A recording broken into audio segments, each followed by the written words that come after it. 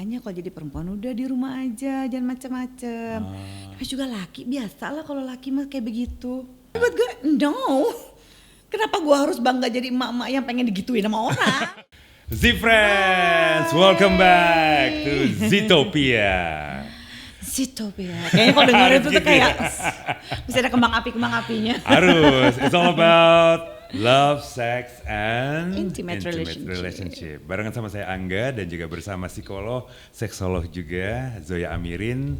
Nah, topik yang kita bahas kali ini berat gimana gitu? Berat Zoe? lucu ya. Gak ada lucunya sih kalau dia. Sebenarnya gak ada lucunya. Sih, ya. Tapi orang-orang itu masih suka menganggap ini adalah itu lucu yang biasa aja. Kok lu terlalu serius aja Zoe gitu. Sehari-hari kita sering lakukan. Kita sering lakukan sehari-hari. Padahal implikasinya dampaknya ini cukup. Very big. Oke. Nah makanya nih kita bahas apa yang disebut. Jadi gini, Zoya tuh waktu tadi kita sebelum syuting ya. Ini ngobrol. Terus dia bilang, kita ngobrolin apa nih nanti? Kita bahas ini yuk, rap culture. Terus dia langsung, dia lagi makan nih, ya gitu. Untungnya gak keselak gitu. Ya, apa itu? Tunggu deh. Itu culture perkosaan, rape as a perkosaan rape gitu atau... ya. It's like rape gitu ya. Iya. Culture perkosaan gitu ya. ya. Gimana? Karena sekilas tadi gue dengernya rap. Kalau rap kan gue rapper dulu. Jadi gue pikir Iwake. Yo. Gitu. Ternyata rape culture.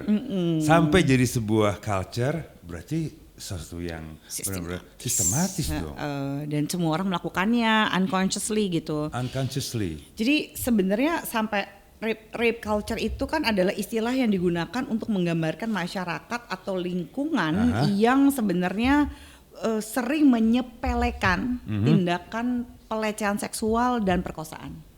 Menyepelekan tindakan seksual dan perkosaan. Okay. Termasuk menormalisasi perilaku-perilaku yang sehubungan dengan pelecehan seksual dan perkosaan. Nah, kalau konteksnya adalah masyarakat berarti nggak disadarin dong atau mereka memang sadar bahwa ini juga ya lucunya tuh gini, perkosaan itu sendiri gitu ya, itu adalah satu-satunya bencana yang lebih sering ketika itu terjadi gitu ya, yang disalahkan adalah korbannya.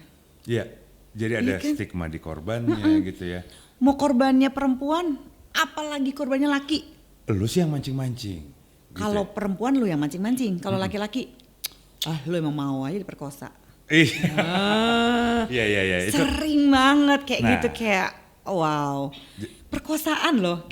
Emang ada orang yang bangun pagi, terus gue mau pakai tenun hari ini supaya gue diperkosa. Gak ada gitu. The people, seorang-orang itu masyarakat cenderung mensikapi orang-orang diperkosa as if dia sengaja bangun pagi merencanakan melakukan sesuatu, bertindak, bersikap, berpakaian untuk mengundang, memprovokasi orang memperkosa dia. That's so mean. Yes. And by definition berarti ada paksaan kalau di perkosaan ini kan. Of course. Ada pihak yang merasa bahwa seseorang ini memaksakan kehendaknya ke dia. Nah, dalam the unique things ada lagi nih dalam rape culture teori ini ya gitu. Sebenarnya perkosaannya itu sendiri ya, the pelecehan seksualnya itu ada di puncak piramida. Ini kan adalah sebuah piramida, gitu ya. Nah di bawahnya ini, di piramida itu yang paling tinggi itu namanya explicit violence. Ya, itu udah benar-benar yang kita eksplisit banget, perkosaan, attack, killing, domestic violence itu ada di atas tuh. Yep. Gitu.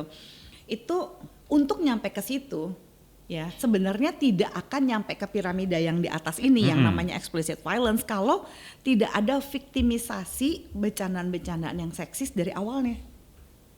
Jadi itu dia yang tadi kita bilang, kita nggak sadar nih. Gitu ya. Jadi sebenarnya kenapa gue kepengen ngebahas ini gitu ya. Satu, gue tidak mau membuat ini dibahas dengan wah berat, mesti begini. Semacam simposium gitu ya. Atau yang gue paling sebel adalah gue suka dikata-katain, wah si Zoya tuh feminasi banget sih kayaknya harus gimana.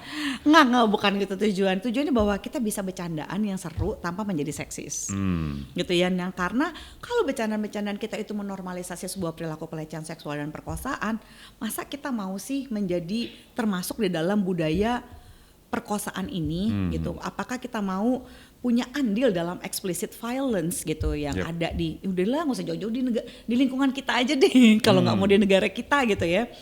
Karena nanti ini ada explicit violence paling atas di piramida ini, lalu di bawahnya itu ada removal of autonomy kayak pelecehan seksual, harassment di tempat kerja.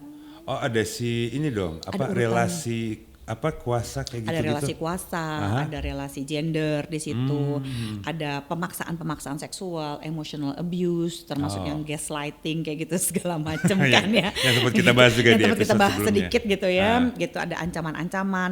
Lalu ada di bawahnya lagi ada degradasi di mana dilakukan revenge porn. Kita akan lanjut mungkin di episode selanjutnya. Ini seru juga nih, ini jadi topik menarik juga. Gitu. Makanya make sure Z Friends stay tune terus ya. Please. Saksikan Ztopia. Karena ini bakal kita bahas juga.